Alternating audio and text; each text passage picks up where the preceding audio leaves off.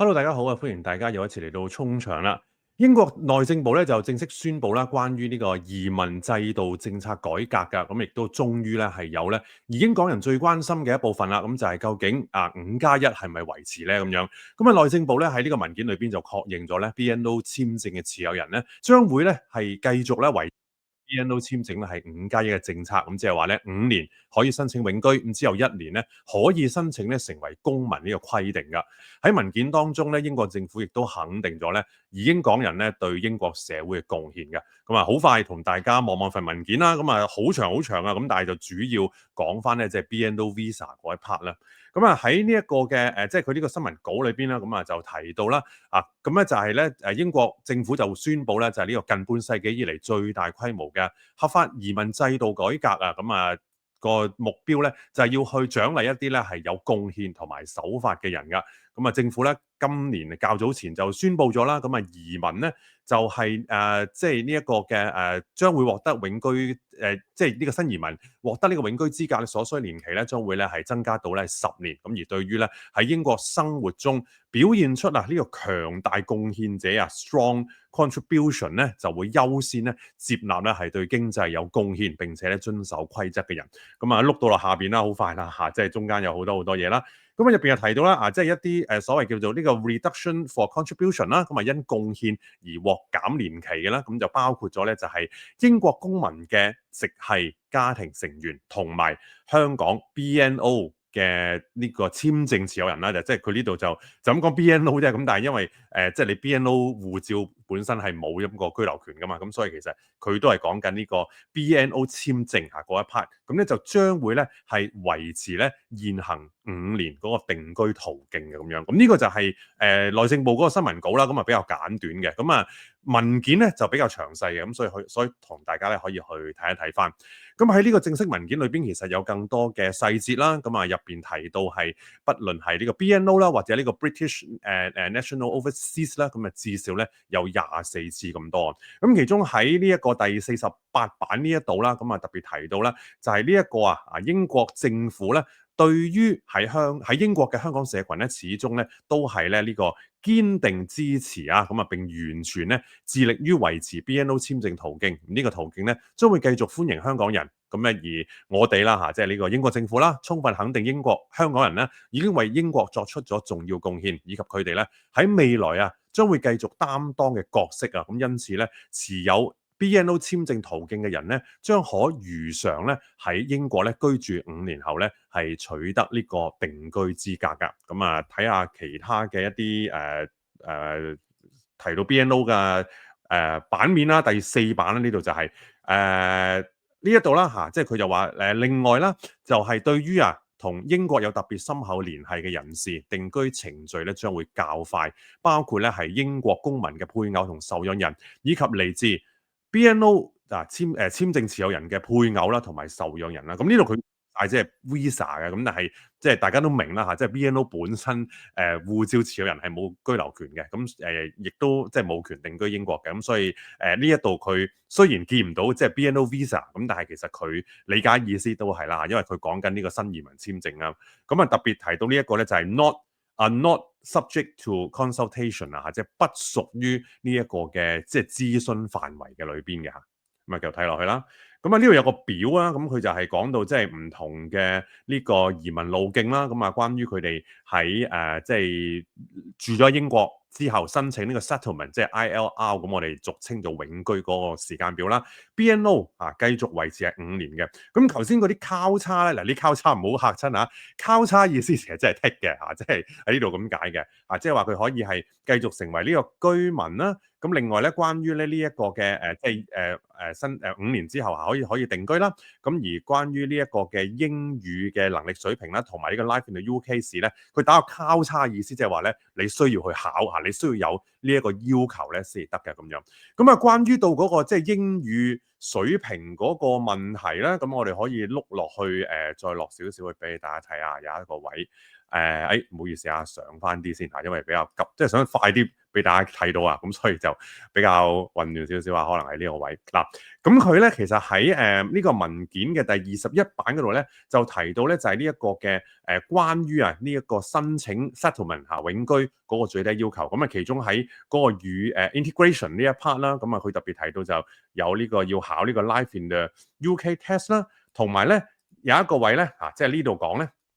呢個就係關於嗰個即係叫做申請人必須能夠提供證明顯示咧佢係符合呢個英語語文嘅要求，咁就係而呢個要求咧就將會係咧即係呢個 CEFR 即係呢一個嘅叫歐洲共同語文參考架構入邊嘅 B2 水平，咁呢個就係對於嚟緊即係佢哋改革嘅一啲嘅即係新嘅要求啦咁樣。咁但係喺21版呢一度之後下邊咧，其實佢就會有一個你會見到就係話。喺呢個位置22版呢一度大家見到呢一個我藍色括住呢個位咧，就係、英國國民海外即係個途徑即係 BNO Visa 途徑咧，就係 not subject to consultation， 不屬諮詢範圍咁隔離嗰個即係5年嗰個就係申請永居嗰個最低嘅時間啦。嗱，當然喺呢個成個文件咧，佢係冇清楚地去講明就係、BNO Visa 嘅持有人，佢嗰一個嘅英語能力測試嗰個英文要求係唔係有改變？咁當然啦，如果呢一個位大家係唔放心嘅，咁呢份文件都係今日先至正式出嚟啫咁樣。咁你真係唔放心嘅，咁其實都可以鼓勵大家咧，可以寫去內政部可以清楚答你咁之前都有好多人去寫過啦，無論寫俾政黨又好，或者寫俾政府都好咧，佢係有義務係需要答你嘅。咁如果大家係想佢真係白紙黑字講到明俾你聽，嗰個英文嗰個能力測試係不變嘅，咁大家可以咧去用呢一個 email 咧，即係去問一問翻嘅。咁跟住咧，即係有提到啦，即係嚟緊幾年英國政府預計究竟即係 BNO 簽證持有人究竟或者即係各項嘅唔同嘅簽證途徑即係有資格取得永居嘅數字咧。咁其中如果提到係呢一個嘅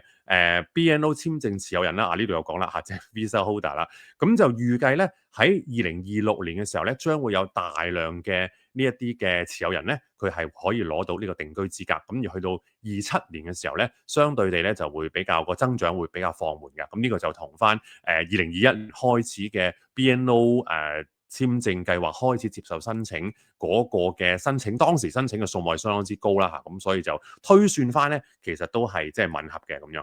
咁呢度有一個嘅數字上嘅projection 啦咁樣。咁去到2026年嘅時候咧，估計可以合資格即係佢住夠5年可以申請個 settlement 嗰個嘅移英港人嘅數字咧，大約可能會係92,000人嘅。咁去到2027就係54,000啦，跟住2028就26,000， 2029就16,000，咁去到2030就係7,000人嘅。咁當然啦，喺即係可能身邊大家識得有啲朋友喺即係過去呢段日子咧，有啲人咧就已經攞咗呢個永居，甚至入埋籍㗎啦。咁但係佢哋就原本因為佢哋喺更早嘅時間嚟到英國，佢哋用其他嘅途徑嚟到英國，然後當 BNO 簽證計劃去推出之後咧，咁佢就去叫做轉啦，佔簽證啦。咁所以就好多人咧就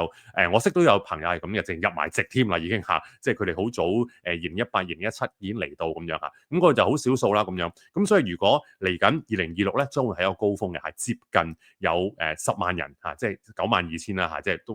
爭8,000嘅其實即係講啦 round 咗佢啦9萬幾啦將會咧係佢哋係合資格咧去申請呢一個嘅即係 settlement 嘅。咁再碌落去俾大家睇啦。咁呢一個嘅背景啦，呢度有少少講到啦，就係呢個 BNO 簽證計劃咧，就喺2021年1月推出，咁專為咧香港居民而設㗎，以回應咧2020年6月喺香港實施嘅國家安全法，即係港區國安法啦。咁喺2021到23年期間啦，咁英國內政部咧一共咧係簽發咗咧超過157,000份呢個 BNO 入境簽證。咁呢個咧係一個全新嘅移民群組。咁過往咧係比較少可以做一啲歷史嘅對照啦。咁另外咧，當簽證推出之後咧，亦都咧呢度有一度提到啦，係有一批人士咧喺英國境內咧轉換呢個 BNO 簽證。頭先都講到啦咁呢個預測數據咧同時涵蓋咗兩類人。咁第一類就係攞住 BNO 簽證入境而嚟到英國嘅人啦。第二種咧就喺簽證推出後喺英國境內咁啊，由其他簽證轉換到 BNO 路徑嚇呢一啲嘅人嘅咁樣嚇。係啦，咁啊呢個就係今日嘅一個比較簡短嘅沖場啦，同大家去講一講翻啦。英國內政部咧就正式宣布咗關於移民制度嘅政策改革，咁亦都特別提到咧BNO 簽證持有人。當然啦，今日呢個係沖場嘅一個理解啦，關於一個英文試嗰個部分。咁啊，如果大家對於英文試嗰度咧係有一個嘅諗法，又或者你有一啲嘅疑問，咁都以官方即係正式公佈為準。好啦，咁啊今日講到呢一度啦，咁啊你講完呢個好消息啦，咁啊希望大家都將呢條片 share 出嚟啦，訂閱沖場，咁啊同埋咧要即係用其他方法支持我啊。好啦，下一集再同大家見面，拜拜。